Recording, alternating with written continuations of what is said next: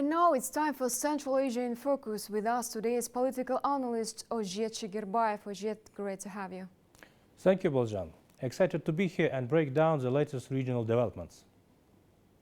Yes, Ozhet, as we can see, Kazakhstan and Uzbekistan are stepping up energy cooperation. This year alone, over 921 million cubic meters of gas, enough to power millions of homes, flowed from Kazakhstan through Uzbekistan, with plans to boost Russian gas transit to even a bigger number, 11 billion cubic meters, but by next year.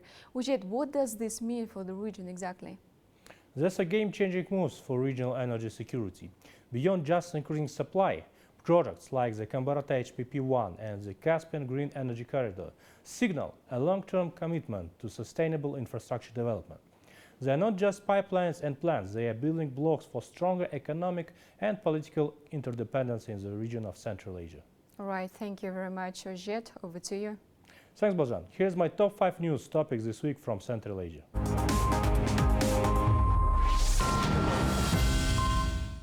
This week, the chairperson of the Oliy Majlis of Uzbekistan, Ms. Tanzila Narbaeva, paid an official visit to Kazakhstan.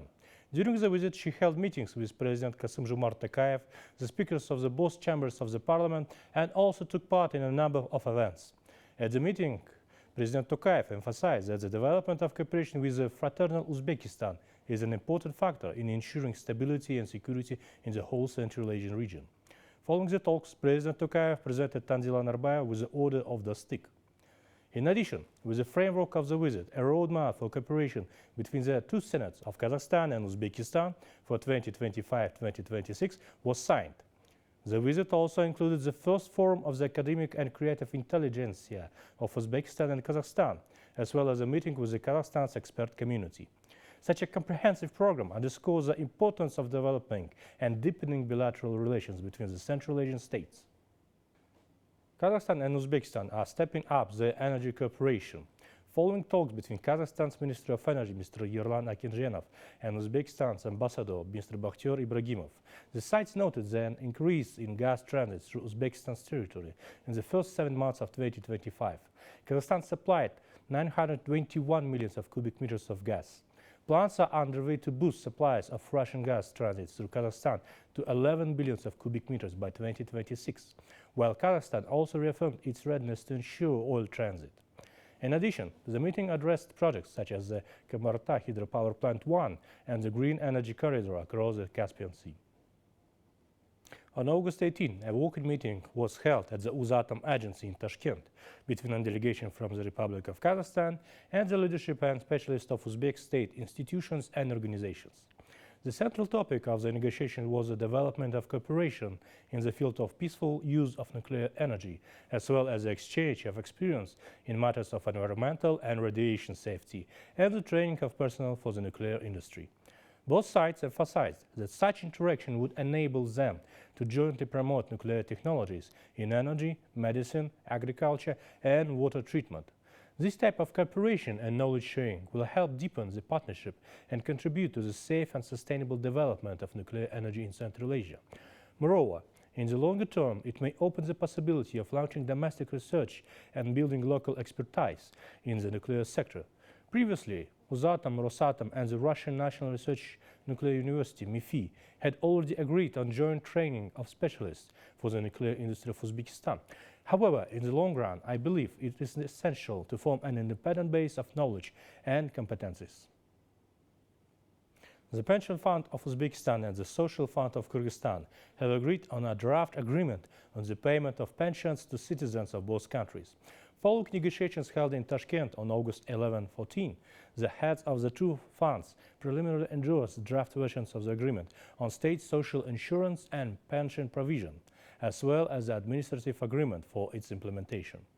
During the talks, certain provisions of the documents were clarified in accordance with the legislations of the both countries, along with the forms of documents that will be applied in practice. According to the Kyrgyz Social Fund, citizens of Kyrgyzstan and Uzbekistan will be guaranteed equal rights to receive insurance and state pensions without the risk of double payment of contributions.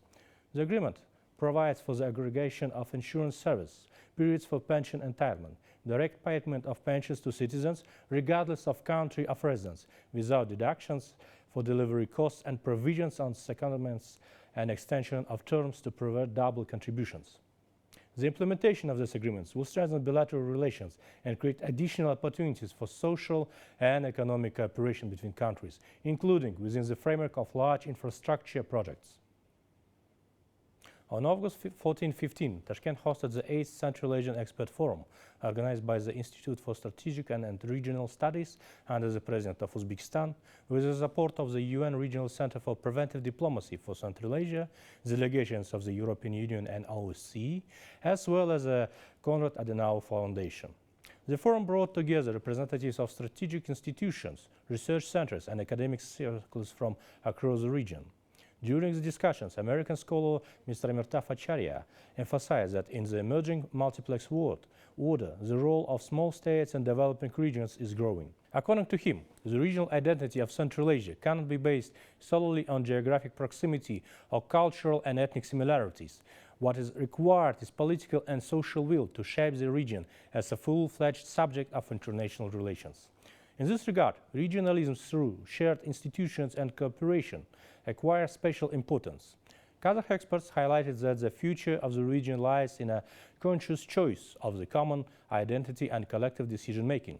This requires unified investment rules and transparent conditions for business, the launch of a Central Asian investment and information platform, the creation of a single market image of the region as a dynamic and interconnected space, and the implementation of flagship products in green energy, logistics, and cross-border clusters, which could become key drivers of integration. The Tajik delegation, represented by the first Deputy Director of the Center for Strategic Studies under the President of Tajikistan, Mr. Oras Muratzada, also proposed to intensify the development of joint ventures aimed at exports to the third country. Overall, the 8th CIF served not only as an expert discussion platform, but also as a preparatory stage for the upcoming consultative meeting of the heads of states of the Central Asia. The initiative presented demonstrates that the region is moving beyond simple neighborhood relations towards the search for a common identity and the development of strategic products capable of enhancing its significance in global politics and economics. And that's all from my part. Baljan, giving the floor back to you. Thank you very much. Ojiet will be back in a few seconds with other news.